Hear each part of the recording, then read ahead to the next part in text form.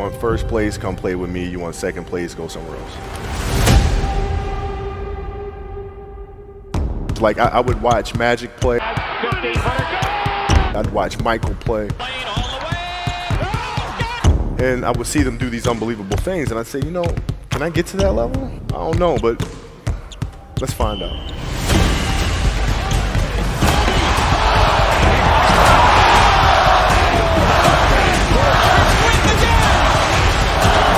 That's why he's the best player in the game. Everything was done to try to learn how to become a better basketball player. Everything. Everything. And so when you have that point of view, then literally the world becomes your library to help you to become better at your craft. So because you know what you want, the world's giving you exactly the information you need to become better at it. Because you know what you're looking for. So many guys tell stories about your work ethic. Yeah. What was really your work ethic like, and for how long did you stay disciplined? Well, I mean, every day. I mean, since 20 years. I mean, it was an everyday process and trying to figure out strengths and weaknesses. For example, jumping ability. Man, my vertical was a 40, it wasn't a 46 or a 45. My hands are big, but they're not massive. Right, so you got to figure out ways to strengthen them so your hands are strong enough to be able to palm a ball and do the things that you need to do. Quickness, I was quick, but not insanely quick. I was fast, but not ridiculously fast. Right, so I had to rely on skill a lot more. I had to rely on angles a lot more. I had to study the game a lot more. And but I enjoyed it though. So like from the time I can remember when I started watching the game, I studied the game, and it just never changed. It's a good separation for me, emotionally, to be able to put myself in a place where at practice or when I'm training or during games, I switch my mind to something else. I switch my mode into something else, right? For me, it's the equivalent of Maximus, Decimus, Meridius, and Gladiator picking up the dirt, smelling the dirt. It's go time, right? So that was my mental switch. It was like an actor getting ready for a film. You got to put yourself in that cage. When you're in that cage, you are that character. And then when you leave there, it's something completely different. But when I'm in that cage, bro, don't touch me, don't talk to me. Just leave me alone. How did you get mentally and emotionally so strong where it doesn't bother you? Well, you got to look at the reality of the situation. Like for me, it's not, you kind of got to get over yourself.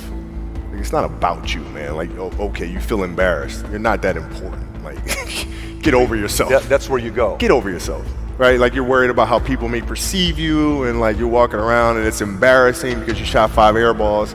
Get over yourself, right? And then after that, it's okay, well, why did those air balls happen? Got it. High school, year before, we played 35 games, max, right? Week in between, spaced out, plenty of time to rest. In the NBA, it's back to back to back to back to back to back to back. I didn't have the legs. So you look at the shot, every shot was online. Every shot was online, but every shot was short. Right? I gotta get stronger. I gotta train differently. The weight training program that I'm doing, I gotta tailor it for an 82-game season so that when the playoffs come around, my legs are stronger and that ball gets there. So I look at it with rationale and say, okay, well, the reason why I shot air balls is because my legs aren't there. I go, well, next year they'll be there. That was it. Done. Were there some names that you looked at and says, these 3 guys are as crazy as I am? At the time, I deal with what I've referred to as Goat Mountain. I went to Goat Mountain and I talked to Magic, Michael, Bird, Hakeem Olajuwon, Jerry West, Oscar Robinson, Bill Russell. So I would talk to them. What did you do? What were your experiences? Michael in particular, he's become my big brother. He's been my big brother since I first came in the league. And what was that process like? So I went to them and started understanding the ins and outs of the game and how they approach things and their level of detail and obsessiveness, and that's what I did. The players that had that passion but weren't willing to commit their entire lives to doing that, right? It's a choice. right? You have other things. You have family. You have all these other things that you have to do. The game can't really be your number one priority. And so I was just looking at that like, man, this is gonna be fun. If I'm buddies with you from high school, if I'm a cousin of yours, what happened to our relationship? How did that gravitate when you went into the league and you're determined to become the greatest, or you're determined to become one of the greatest? What happens to our relationship? Well, it suffers. It does suffer. Oh yeah. Okay. Yeah. And you understood that. You were okay yeah. with that. Well, yeah. And the people that love you, like friends and family, like they know that about you. Got it. So they let you be you. And when you reconvene, you pick back up where you left off. Mm-hmm. But make no mistake about it, everything in between is lost, right? So those long-term relationships, the commitment of time of, taking vacation. Like I see a lot of players take vacations with other players that are close friends. And they'll just take vacations just to take vacations, or just hang out just to hang out. Like I never did that. Why not though? Why didn't you do that? Well, because when I retire, I didn't want to have to say, I wish I would have done more. I don't want that. I don't want that. You got a lot of people paying their hard-earned money to come watch you perform. Perform. It's your job to be in shape. It's your job to be strong enough to perform at that level every single night. And as a competitor, I'm not ducking shit. Like it's not, oh my God, my back hurts, I'm sore, we got to play Vince Carter and Toronto Raptors tonight. We actually had this happen. We had a game against Toronto in 2000, and Vince was tearing the league up. My back was jacked. But like the perception of that, like what? Kobe's missing the game against Toronto and Vince Carter because my back was really spasming. But people will be like, what? Oh, he's ducking Vince. Excuse me? No, I don't think so. So I would be in the layup line like, okay, there's a lot of days where you can rest and recover. Today ain't one of them. Your back can bother you any other day. That shit ain't bothering me today. Wow. He gonna have to see me today. Yeah. Oh man. Yeah. If you're looking at a big investments you got to make, what is the decision-making process there? Do you call? Is there first you do your own research? You take this much time. You call an advisor. Is there a system you follow? It's pretty simple for me. It's do you understand the business?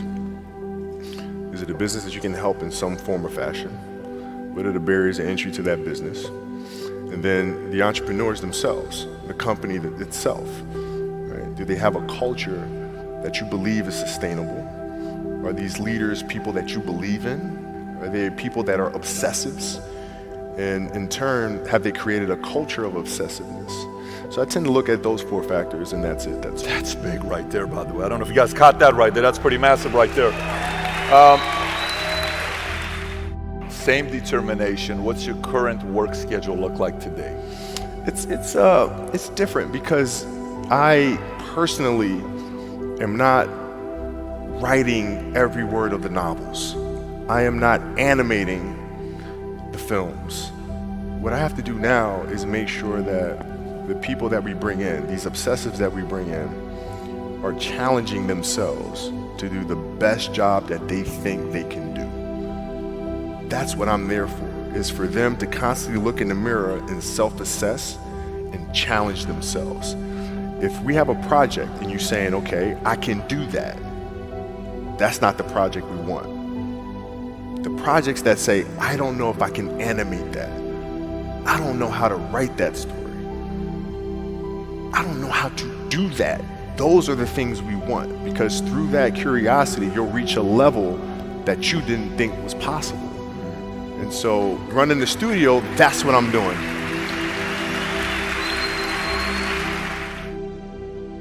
You're playing against the Golden State Warriors. Score is 107-109. You guys are close to getting into the playoffs. You know exactly what happens in the game. You go up, you're about to take your shot, and then all of a sudden, boom, Achilles happens, right? He went and hit the free throws, and then you walked off the stage. Yeah. And you got the surgery done. I went in the trainer's room, my kids are in there, and they're looking at you and stuff, and I'm looking at them, and I'm like, it's all right. Dad's gonna be all right. It'll be fine. It'll be all right. It'll be all right. It'll be all right. As a parent, you gotta set the example. You gotta set the example. This is another obstacle. This obstacle cannot define me. It's not gonna cripple me. It's not gonna be responsible for me stepping away for the game that I love. I'm gonna step away on my own terms. And that's when the decision was made that, you know what? I'm doing it. I'm doing it. You're a freaking beast, bro. Yeah,